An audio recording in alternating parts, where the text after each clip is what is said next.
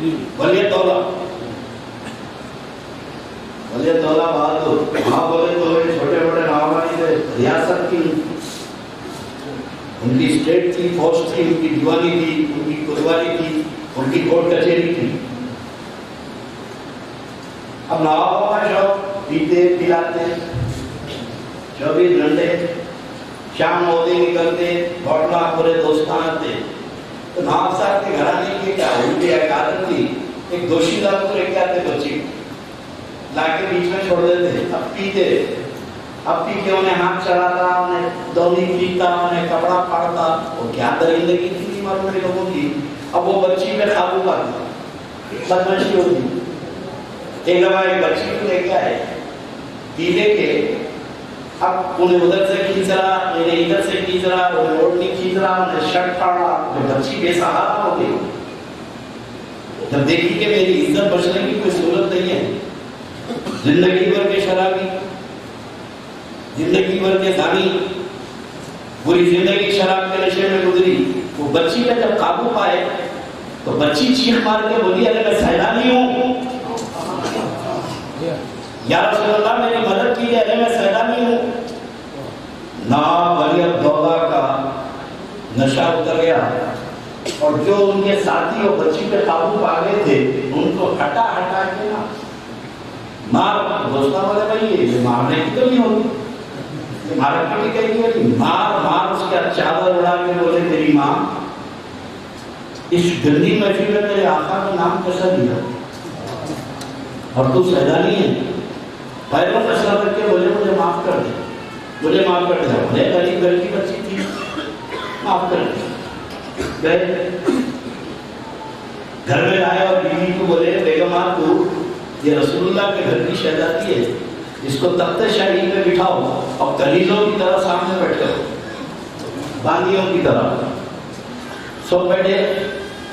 رات کو روتے رہے کہ کیا ہو گیا میرے دربار میں سیلانی کو لا کے میں نے اس کی عزت سے کھیلا، اتنا روئے اتنا روئے کہ آنکھ رکھ دے گی تو سیدہ فاطمہ خاتون تشریف لائی، مالک کی خاتون تشریف لائی، پردے میں ہے، اور پکار کے کہا ولی الدولہ تو نے میری بیٹی کی عزت بچائی ہے، خدا کی قسم محشر میں میں تیری لاج رکھوں گی۔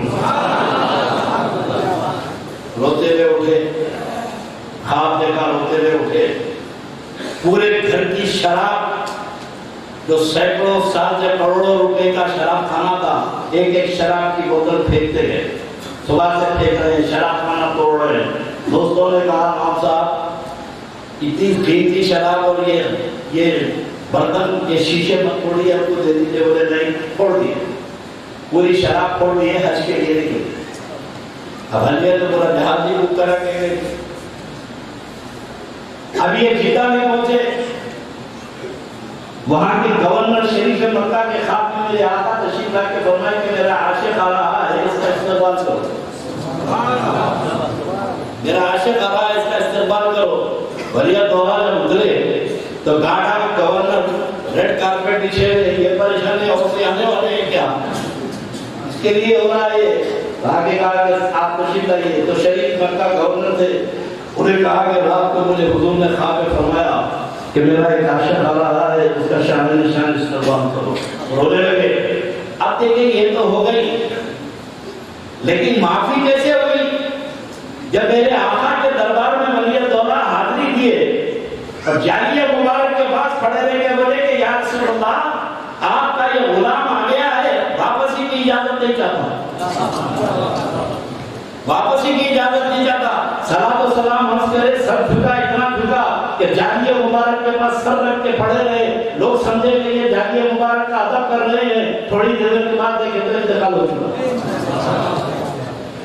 ادب سے آدمی اس مقام پہ پہنچ جاتا ہے جہاں برسوں کی عبادت کام نہیں، اور بے ادبی سے برسوں کی عبادت عادت ہو جاتی۔ یہ ابراہیم شاہ صاحب کی زندگی کا راز تھا ادب،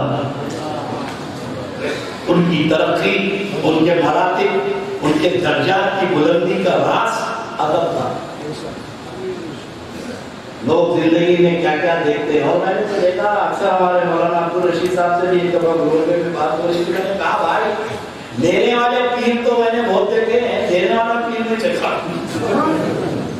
یہ وہ پیر تھا جو لوٹا تھا, اسی لیے دینا جانتے تھے, بے درے لوٹاتے تھے. کیوں؟ یہ پیسے کے مالک تھے, غلام نہیں تھے. یہ پیسے کے مالک تھے, اور جب مالک ہوتا ہے اپنی مرضی سے خرچ کرتا ہے, اور جو غلام ہوتا ہے پیسے سے پوچھا نکلتے کیا نہیں نکلتے. مالک ہے اپنی مرضی سے خرچ کرتا ہے. تو میرے دوستوں شان ہو گیا اللہ کا بیان کو تنویر کرام کو جانا ہے, میرے کو جانا ہے. اور مولانا عبدالرشید صاحب سے میں نے 5 منٹ کی بات کی, سب کو جانا ہے. پھر وہ اپنی تقریر کو سمیٹ لو. اور یہ اہل طریقت سے میں کہتا ہوں تم لوگ بڑے خوش قسمت ہو کہ تم دامن سے وابستہ اور بڑے مزے کی زندگی ہے. پیری مریدی کیا ہے کہ کھائی گئے ہوئے کھائی کی پیری مریدی, کہاں کی پیری مریدی. ہمارے پاس تو کتاباں ہیں مولانا کے, نماز پڑھنے روزہ رکھتے ہیں, پیری مریدی کی کیا ضرورت ہے. ہم لوگ تو بےنیاز ہیں, ہم کو پیر ہونا نہ مرشد ہونا, ہم کو پیر بھی ہونا مرشد بھی ہونا. وہ کہتے ہیں کہ بےنیاز ہے, ہم کو نہ پیر چاہیے نہ مرشد چاہیے, اور ہم کو پیر بھی ہونا مرشد بھی ہونا. ہم بغیر مرشد کے رہ نہیں سکتے, اور ان کو مرشد کی ضرورت ہے. ڈھکے کی چھوڑ ہوتے کاکا پیر کاکا پیر چھوڑے یارو. قرآن ہے نمازیں پڑھ لیے خطہ ختم ہے. تو قرآن پاک میں اللہ تعالیٰ فرماتا ہے کہ پیر کی مرشد کی ضرورت کس کو ہے کس کو نہیں ہے. سورہ کہف میں اللہ فرماتا ہے وَمَن يُضْلِلْ فَلَن تَجِدَ لَهُ وَلِيًّا مُرْشِدًا. اللہ جب کسی کو گمراہ کر دیتا ہے تو اس کا کوئی ولی و مرشد نہیں ہوتا. اللہ جب کسی کو گمراہ کر دیتا ہے تو اس کا کوئی ولی و مرشد نہیں ہوتا. اب ولی و مرشد اس کا ہوتا ہے جس کو اللہ ہدایت پر رکھنا چاہتا ہے. اللہ کی عادت کریمہ ہے, جب کسی کو ہدایت پہ رکھنا چاہتا ہے تو ولی کے قریب کر دیتا ہے. اب ولی سے جب دور کر رہا تو سمجھنا اللہ اس کو ضرور گمراہ کرنا چاہتا ہے. اولیاء سے قریب ہے تو سمجھ جاؤ کہ اللہ تمہاری نجات چاہتا ہے. اور ہمیشہ اللہ کی عادت کریمہ رہی. حضرت مجدد الفسانی کے پیر سے باقی ملا. حضرت کے زمانے میں ایک صاحب جو ہے سامنے بیٹھتے تھے, تو لوگ گئے تو لوگا کیا بولے حضرت اس کو جانتے آپ کون ہے؟ کفن چور ہے, قبروں سے کفن نکال کے چراتا ہے. حضرت اچھا یہ ہے. سب لوگ گئے تو بولے باہر کا بیٹھ جا, تو بیٹھ گئے. حضرت جیب میں سے پیسے نکال کے دیے.